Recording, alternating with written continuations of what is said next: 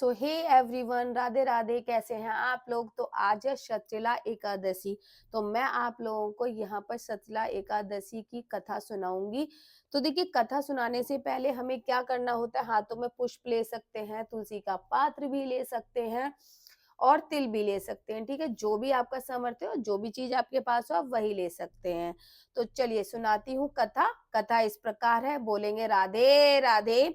तो कथा इस प्रकार है। इसके बाद भगवान ने कहा कि अब मैं माघ कृष्ण एकादशी की कथा का वर्णन करूंगा। माघ के महीने में व्रत करने से मनुष्य सब सुखों को पा अंत में स्वर्ग को सुख भोगता है। व्रत करने वाले को नीच कर्म छोड़कर शुभ कार्य धारण करने चाहिए और व्रत के दिन रात को विष्णु भगवान का ध्यान करते हुए चंदन, फल, पुष्प, अगर, नारियल और कपूर से पूजा कर 108 बार आज के दिन आप लोगों को अवश्य जो हवन है वो भी अवश्य जरूर करना चाहिए। बाद में पापों का प्रायश्चित करने के लिए भगवान से प्रार्थना करें। उत्तम ब्राह्मणों को तिल के लड्डू और जल दे सकते हैं। अन्न, वस्त्र, ऊन आदि सभी पदार्थ आपको देने चाहिए। इस एकादशी को तिलों द्वारा पूजन और तिलों का दान देने से उत्तम है। अब शतशिला एकादशी की कथा सुनाती हूँ, ध्यान पूर्वक आप लोग सुनिए।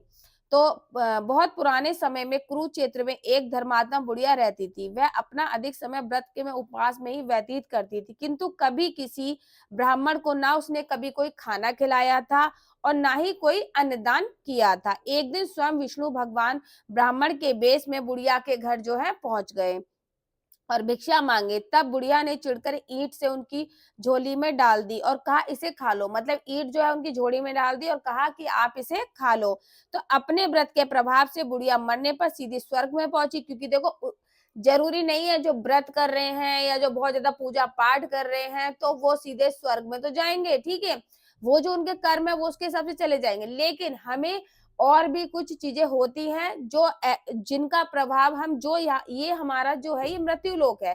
तो मृत्यु लोक में हम जैसा कर्म करके जाएंगे वैसी ही चीजें हमें स्वर्ग लोक में भोगने को मिलती हैं। इसलिए इसमें कथा में यही बताया गया है। भूख प्यास से व्याकुल होकर बुढ़िया विष्णु भगवान के पास गई और बोली, मैंने सदा व्रत और उपवास किए हैं, में ही अपना जीवन बिताए, सभी पुराणों की कथाएं भी सुनी है, सभी कठिन तप भी किए हैं, साधन भी किए, फिर भी मुझे खाने पीने की चीजें क्यों नहीं मिल रही हैं। तो भगवान विष्णु बोले, जिन चीजों का दान तुमने किया है ना वही तुम्हें मिलेंगी। भगवान विष्णु बोले, जिन चीजों का दान तुमने मृत्यु लोक में, यानी ये जो हम जो जीवन जीते हैं ये मृत्यु लोक है और वहां यहाँ वही मिलेगा। मैं एक बार स्वयं तुम्हारे घर में भिक्षा लेने गया था, तुमने मेरी झोली में ईंट डाली थी और कहा था कि खा लो। बुढ़िया फूट फूट कर रोने लगी, बोली, मेरा अपराध क्षमा करो हे भगवान, मुझे ऐसा उपाय बताने का कष्ट करें जिससे मुझे यहाँ अन्न जल मिले। भगवान ने कहा, तुम अब शीघ्र ही मृत्यु लोक में वापस चली जाओ, नहीं तो यदि यहाँ की अन्य देवियां तुम्हें देख लेंगी तो तुम्हारा अनिष्ट कर देंगी, इसलिए शीघ्र ही चली जाओ। ब्राह्मणी ने हाथ जोड़कर रोते हुए कहा, हे भगवान, मृत्यु लोक में जाकर मुझे क्या करना चाहिए जिससे मुझे यहाँ आने पर अन्न जल मिल सके। भगवान बोले, माघ महीने में सचला नाम की एकादशी व्रत करना और इस दिन श्रेष्ठ ब्राह्मण को तिल, अन्नदान, वस्त्रपान तथा गौदान देना, जिससे तुम्हें यहाँ आने पर अन्न जल मिल सके, या वहां दोगी तो यहाँ मिलेगा। बुढ़िया यह सुनकर मृत्युलोक में आ गई। यहाँ आकर उसने सब एकादशियों का विधि पूर्वक व्रत किया, अनुष्ठान किया। अंत में अन्न व सुंदर सुंदर मधुर फल खिलाए, मिठाई खिलाई, आदि का दान भी करने लगी। अंत में मरने पर जब स्वर्ग पहुंची तो वह सब सुखों के साथ खाने पीने के उत्तम पदार्थ बुढ़िया को मिली। तो देखिए, ऐसा नहीं है जो व्यक्ति जो है, ओम नमो भगवते वासुदेवाय नमो नमः, कि जो भी चीज आप लोग देखिए, दान बहुत आवश्यक चीज होती है। ठीक है, दान हमें हमेशा करना चाहिए और दान हमेरा गुप्त होना चाहिए। ठीक है, मैं देखिए, मैंने कई बार, अब मैं इंस्टाग्राम पे भी देखती हूँ, आप कुछ भी देने जा रहे हो, ठीक है, कुछ भी किसी को खिलाने जा रहे हो, पिलाने जा रहे हो, वो आप दिखा रहे हो, तो वो दान कहाँ रहा। तो दान हमें इस प्रकार का नहीं करना होता। दान हमारा, अगर हम इस हाथ से दे रहे हैं तो हमें इस हाथ को हमारे पता नहीं चलना चाहिए। तो दान हमारा जो है इस प्रकार का हमें करना होता है। और आज के दिन शतला एकादशी के दिन हमें गुड़ की चीजों का दान करना चाहिए।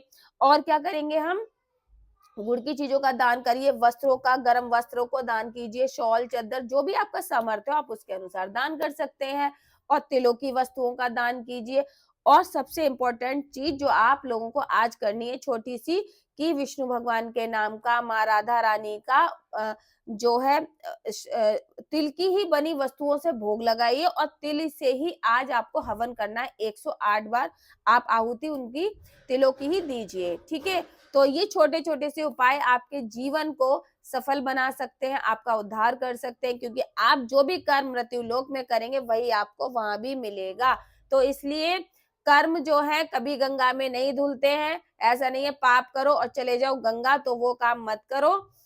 तो कर्म संभालो सबसे पहले, तो किसी के साथ नहीं बुरा करना है, ना ही बुरा सोचना है, ठीक है। सबके लिए अच्छा सोचो, सबके लिए अच्छा करो, खूब दान पुण्य खूब करिए आज के दिन।